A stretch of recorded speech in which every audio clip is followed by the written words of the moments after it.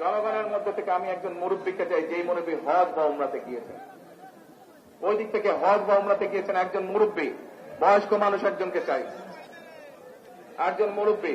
না না, একজন হজ বা উমরা করেছেন মুরব্বী। এই যে আপনি আসেন, আপনি এই যে নীলফিতা, হ্যাঁ নীলফিতা গলায় আসেন, এদিকে আসেন।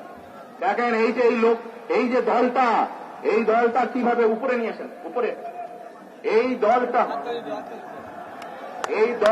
কিভাবে দেশের মানুষকে মিথ্যা তো বলেছে, দেশের মানুষকে কিভাবে ঠকাচ্ছে আমি আপনাদের সামনে প্রমাণ করে দিচ্ছি। এই আপনাদের এলাকার মানুষ, এই এলাকার মানুষ চিনেন ওনাকে? আচ্ছা মুরব্বী, আপনার নাম কি? শফিকুল ইসলাম। শফিকুল ইসলাম। আপনি কবে গেছেন হজে না উমরায় গেছেন? আমি উমরায় গেছি 5 বছর আগে। 5 বছর উমরায় গেছেন। আচ্ছা, তো উমরাতে যখন গেছেন আপনি উমরা কোথায় করেছেন?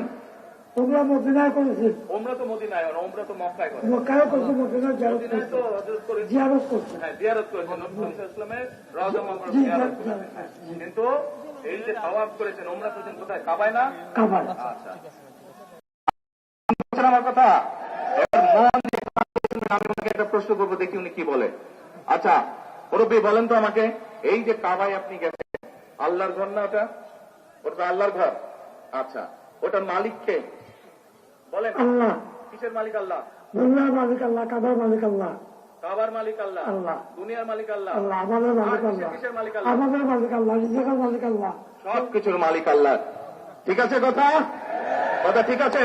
তার মানে এই দুনিয়া, এই যে সূর্য, এই যে চাঁদ উঠবে একটু পরে, চাঁদ সূর্য পৃথিবী যাই দেখি আমরা, সকল কিছুর মালিক কে?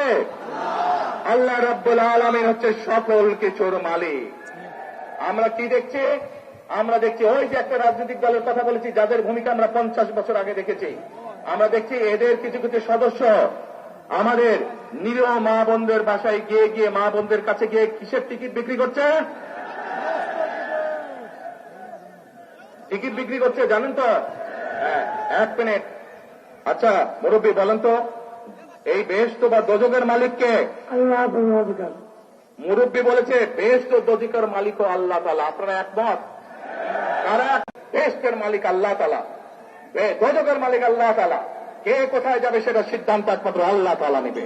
তাহলে যারা গিয়ে বলে যে তাদেরকে ভোট দিলে বেহেশতে যাবে, এটা কি হতে পারে?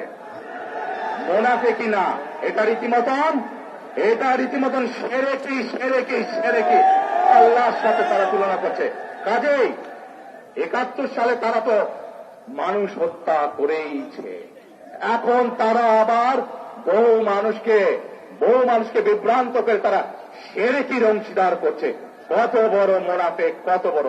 তাহলে চিন্তা করেন, যারা এই ভোটের আগে আপনাদের ধর্মে, আমাদের বাংলাদেশের মানুষের ধর্মীয় অনুভূতির আঘাত করে মানুষকে ঠকাচ্ছে, এরা যদি কোনোভাবে, আল্লাহ মাফ করুক আল্লাহ না করুক, কোনোভাবে যদি ক্ষমতায় যেতে পারে, এরা কিভাবে মানুষকে ঠকাবে চিন্তা করেন।